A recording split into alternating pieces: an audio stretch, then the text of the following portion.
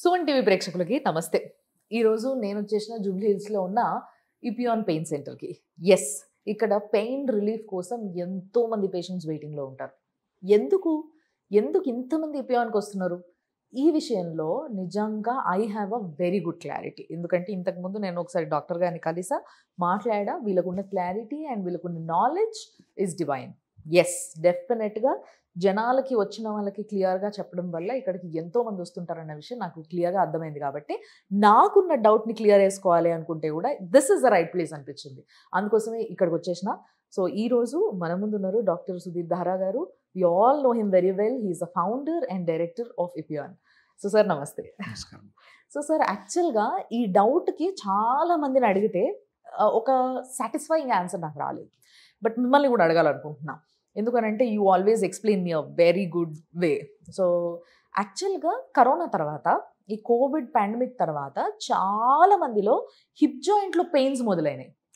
అసలు ఇదేంటో సంబంధం లేకుండా హిప్ జాయింట్ ఏంటి, అసలు కరోనాలో జరిగింది ఏంటి, అప్పుడు జ్వరం వస్తే మనం ఏమేం తిన్నాము, అవి ఎక్కడి నుంచి తిన్నామో ఎక్కడ పెయిన్ లేకుండా డైరెక్ట్ హిప్ జాయింటే. సో అసలు ఏం జరుగుతుంది సార్? What is happening? ఏం అర్థం కావట్లేదు అసలు. హిప్ జాయింట్ పెయిన్స్ జనరల్గా ఇంతకుముందు 60-65 ఇయర్స్ దాటిన వాళ్ళకి వస్తుండేవి. లేదు ఏదైనా హిప్కి యాక్సిడెంట్ అయితే హిప్ జాయింట్ తొందరగా అరిగిపోయి పెయిన్ వస్తుంది. Otherwise hip joint pain very rare, చాలా తక్కువ చూసేవాళ్ళం.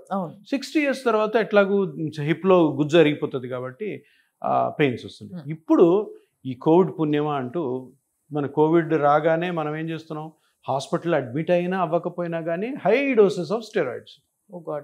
ఒక్కొక్కరికి ప్రెడ్నిసోలోన్ అయితే 25 mg, ఒక్కొక్కరికి 50 mg. లేదు హాస్పిటల్ అడ్మిట్ అయితే 1 గ్రామ్ పొద్దున 1 గ్రామ్ సాయంత్రం. పాపం వాడిన వాళ్ళకి కూడా తెలియదు వాళ్ళు వాడుతున్న స్టెరాయిడ్స్. వాళ్ళు అప్పుడు ఎందుకు ఏ మందు చెప్పినా కూడా వేసుకునేవాళ్ళు, ఎందుకంటే ఎక్కడ చచ్చిపోతామని. హాస్పిటల్ అడ్మిట్ అయ్యే వాళ్ళు చనిపోతున్నారు, ఇంట్లో టక్కని చచ్చిపోతున్నారు. అది దానికి ఎవరికి అంతు చిక్కక ఇంకా స్టెరాయిడ్స్ ఎటువంటివంటే టాబ్లెట్స్, ఇంజెక్షన్స్ అవన్నీ సర్వరోగ నివారణి. ప్రతి ఒక్కరికి స్టెరాయిడ్. ఏం అర్థం కాలేదంటే స్టెరాయిడ్ పెట్టిస్తారు. మీరు కూడా విలేజెస్లో డాక్టర్స్ ఉంటారు కదా, మోకాల నొప్పికి వెళ్తుంటే స్టెరాయిడ్ రాసిస్తాడు, వాళ్ళు వేసుకుంటారు. ఏమంటారు, వేసుకోగానే వెంటనే తగ్గిపోతుంది. చాలా మంచి డ్రగ్, కానీ దానివల్ల చాలా చెడు జరుగుతుంది. చాలా చెడు జరుగుతుందని ఎన్నో సంవత్సరాల నుంచి మనకు తెలుసు, బుక్స్ చెప్తున్నాయి. కోవిడ్ వచ్చిన తర్వాత దాని చెడు లక్షణం ఇంకోటి బయటపడింది. అదేంటి, కోవిడ్ వచ్చిన పేషెంట్కి స్టెరాయిడ్స్ పెడితే హిప్ జాయింట్ మొత్తం స్మాష్ అయిపోతుంది. ఆ కండిషన్ ఏమంటారంటే avascular necrosis of hip. Avascular necrosis అంటే, ఏ వాస్కులర్ అంటే బ్లడ్ సప్లై పోతుంది. ఎక్కడ పోతుంది? ఆ హిప్ జాయింట్లో ఆ బాల్ ఉంటుంది కదా, హిప్ జాయింట్ అనేది బాల్ అండ్ కప్ అన్నమాట. ఈ రెండింటి మధ్యలో గ్యాప్ ఉండాలి. ఇది ఫ్రీ మూవ్మెంట్ ఉంటుంది, పెయిన్ ఉంటుంది. ఇది హిప్ జాయింట్. ఇప్పుడు ఈ హెడ్ కి బ్లడ్ సప్లై పోతుంది. ఎందుకు పోతుంది? స్టెరాయిడ్ వల్ల. సో స్టెరాయిడ్ వల్ల పోవడం వల్ల ఇది కొలాప్స్ అయిపోతుంది. కొలాప్స్ అయినప్పుడు ఇది దగ్గరికి వెళ్ళిపోతుంది, మూమెంట్ పోయింది. మూమెంట్ పోవడంతో పెయిన్, ఫస్ట్ స్టిఫ్నెస్ స్టార్ట్ అవుతుంది, తర్వాత పెయిన్, దాని తర్వాత కంప్లీట్గా రేంజ్ ఆఫ్ మోషన్ పోతుంది, తర్వాత నడక కూడా పోతుంది. ఇంకొక పెక్యులర్ థింగ్ ఏంటంటే, ఇది 25 to 35 ఏజ్ వాళ్ళకి వచ్చింది. నా దగ్గర దగ్గర 250-300 మెంబర్స్ వచ్చారు. ఈ ఏజ్ 25 to 35 మట్టుకే సేమ్ ప్రాబ్లం. ఓల్డ్ ఏజ్ వాళ్ళకి ఎందుకో రాలేదు. కోవిడ్ తర్వాత స్టెరాయిడ్స్ తీసుకున్నా కూడా, కోవిడ్ తర్వాత నాకు కోవిడ్ వచ్చింది, నేను కూడా అడ్మిట్ అయ్యాను, నేను కూడా కోవిడ్ తీసుకున్నాను. అఫ్కోర్స్ నేను 50 క్రాస్ అయ్యాను కాబట్టి నాకు రాలేదేమో. 25 to 35 నా దగ్గరికే ఒక 300 మంది వచ్చారంటే మన స్టేట్లోనే కొన్ని వేల మంది ఎఫెక్ట్ అయింటారు. సో ఏ వాస్కులర్ నెక్రోసిస్ అన్నది ఇదొక one of the side effects of Covid. Covid మనిషి ప్రాణాలు తీసేసింది, లంగ్స్ చాలా బ్యాడ్ అయినాయి. ఇక్కడ ఇప్పుడు కోవిడ్ వల్ల వచ్చిన ఇంకొక బ్యాడ్ సిమ్టమ్ ఏంటంటే ఇది avascular necrosis of the hip. మరి ఎట్లా సార్? ఇప్పుడు అందరూ 25 to 35 ఏజ్ అని మీరే అన్నారు, వీళ్ళకి చాలా లైఫ్ ఉంది. సో ఎట్లా వాళ్ళు మరి? సో ఇప్పుడు 25-35కి ఏమున్నా ఏ వాస్కులర్ నెక్రోసిస్కి ట్రీట్మెంట్స్? ఏ వాస్కులర్ నెక్రోసిస్ ట్రీట్మెంట్ ఏమీ లేదు, హిప్ రిప్లేస్మెంట్. మొత్తం హిప్ అంతా తీసేసి పెట్టేయాలి. మరి ఈ ఏజ్ 25 to 35 ఎట్లా చేస్తారు? సరే చేశారనుకో, ఆ హిప్ రిప్లేస్మెంట్ ఎన్ని రోజులు పనిచేస్తే ఎవరికి తెలియదు. పని చేయొచ్చు బాగా, మంచి ఇంప్లాంట్ చేస్తే 15 ఇయర్స్ అయినా కూడా దాని తర్వాత ఇతని ఏజ్ 40 ఉంటుంది. 40 అంటే యంగ్ ఏజ్. డబ్బులు సంపాదించుకునే కెరీర్ బిల్డప్ చేసుకునే దీనికి కొత్త ట్రీట్మెంట్ ఏంటంటే ప్లాస్మా థెరపీ. ప్లాస్మా థెరపీతో ఏం చేస్తాం అంటే ఇప్పుడు ఏమైంది, దీనికి హెడ్కి బ్లడ్ సప్లై పోయింది, ఇది కొలాప్స్ అయింది. కొలాప్స్ అవ్వడం వల్ల గ్యాప్ పోయింది, మూమెంట్ పోయింది, పెయిన్ పోయింది. మనము ఈ ప్లాస్మా థెరపీలోని గ్రోత్ ఫ్రాక్చర్స్ ని ఈ జాయింట్ లో కానీ కార్టిలేజ్, ఇక్కడ లోపల కార్టిలేజ్ ఉంటుంది, వేస్తే కార్టిలేజ్ గ్రో అవడం వల్ల మూమెంట్ వస్తుంది. మూమెంట్ వచ్చిందంటే పెయిన్ తగ్గుతుంది. అండ్ మరి what about the blood supply? Blood supply ఉండదు ఇంకా, ఇది గాన్. ఇది హెడ్ కి బ్లడ్ సప్లై లేకుండా అది నెక్రోస్ అయినా కూడాను దానివల్ల పెయిన్ రాదు. అది పోయింది కాబట్టి సర్జరీ చేసేసి దాని ప్లేస్ లో స్టీల్ పెడతారు. ఇప్పుడు ఆ ఏజ్ లో చేసుకోకూడదు సర్జరీ. సర్జన్స్ కూడా వద్దంటారు, ఎందుకు చిన్న వయసు బాబు, ఇప్పుడు చేసాక మళ్ళీ కాంప్లికేషన్ వచ్చింది, తర్వాత పెయిన్ వచ్చిందంటే ఏం చేయలేము, ఎందుకంటే సిమెంట్ వేసి అతికించుంటారు. సో అందుకని ఓల్డ్ ఏజ్ అయితే చేసుకోవచ్చు సర్జరీ. ఇది దీనివల్ల కాదన్నమాట.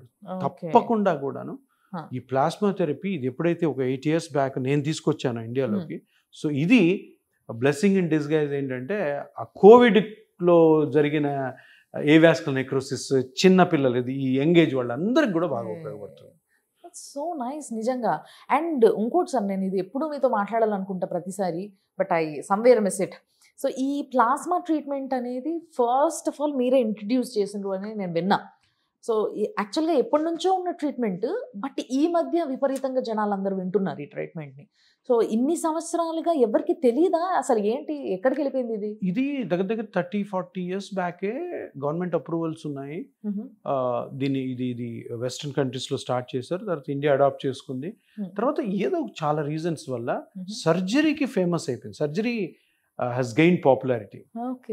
ఇది చిన్న ఇంజెక్షన్ కదా, మేబీ ఆ రీజన్ తోనేమో దీన్ని ఎవరు పాపులరైజ్ చేయలేదు. సర్జరీ ఇప్పుడు నీ జాయింట్ కి సర్జరీ, హిప్ జాయింట్ కి సర్జరీ, షోల్డర్ కి సర్జరీ, స్పైన్ కి సర్జరీ, అన్ని సర్జరీస్ ఫేమస్ అయ్యాయి. కానీ అలోపతిలో ఎలా ఉంటుందంటే ఎక్కడో ఒక దగ్గర ఒక బ్రేక్ వస్తుంది, ఆ ట్రీట్మెంట్ ఇంకా నెమ్మదిగా తగ్గుతాయి.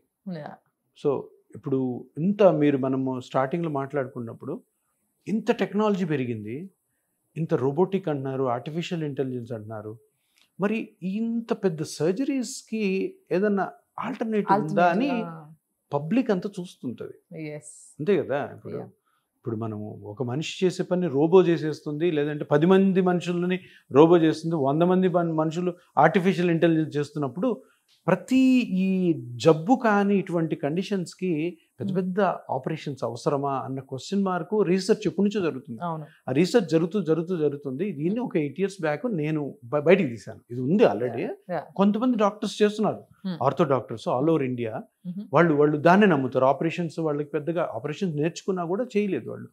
సో వాళ్ళ దగ్గరికి వెళ్ళాను, నేను చూశాను, అరే ఇదేదో బాగుంది, దీన్ని కొంచెం రిఫైన్ చేసి మనం కానీ తీసుకొచ్చామనుకో ఎంతో మంది ప్రజలకు ఉపయోగపడుతుంది, సింపుల్గా అయిపోతుంది అన్న కాన్సెప్ట్తో తీసుకురావడం, దాన్ని అందరు యాక్సెప్ట్ చేయడం. ఇంకా బెస్ట్ ఏంటంటే నాకు నచ్చిన ఆర్థోపెడిషియన్స్ కూడా యాక్సెప్ట్ చేశారు, వాళ్ళు కూడా చేస్తున్నారు, మంచిది కదా. సో నూకర్న్ కార్నర్స్లో కూడా జరుగుతుంది. ఇప్పుడు శ్రీకాకుళంలో ఎక్కడో ఒక వీధిలో పిఆర్పి చేసేవాళ్ళు, ప్లాస్మా థెరపీ చేసేవాళ్ళు ఉన్నారు. ఇంకా స్ప్రెడ్ అవుతుంది, ఇంకా మంచి జరుగుతుంది. ఎస్. సో జనాలకి ఈ సర్జరీల నుంచి ఆల్టర్నేటివ్ ఇంకొకటి ఉండాలి, అది కూడా వాళ్ళకి ఖర్చు తక్కువ అవ్వాలి కంపారిటివ్లీ, అండ్ నొప్పి తక్కువ అవ్వాలి, and at the same time మంచి లైఫ్ లీడ్ చేయాలి. సో ఇవన్నీ కావాలి అంటే ఒక ఆప్షన్ ఉండి చాలా రోజులుగా ముందుకు రాని ఆయనే మన ముందుకు తీసుకొచ్చి పెట్టిందే కాకుండా మన కోసం ఒక మంచి క్లినిక్ని ఏర్పాటు చేశారు with all facilities and well spoken staff. కాబట్టి మీరందరూ కూడా ఏం చేయాలి అని అంటే, ఒకవేళ మీకు అలాంటి ప్రాబ్లమ్స్, ఇష్యూస్ ఏమైనా ఉంటే ఫస్ట్ కింద స్క్రీన్ పైన కనిపిస్తున్న నెంబర్స్ని ఒకసారి ఫోన్ చేసి మాట్లాడండి, మీరు కాంటాక్ట్ అయ్యి. దాని తర్వాత మీకున్న ఇష్యూస్ని చెప్పుకొని మీరు ఒక అపాయింట్మెంట్ తీసుకొని వచ్చిన తర్వాత మీరు అన్ని విషయాలు తెలుసుకొని then you can go for further treatment గురించి ప్లాన్ చేసుకోవచ్చు. Thank you so much sir. నమస్కారం. Thanks a lot. చూస్తూనే ఉండండి సుమన్ టీవీ.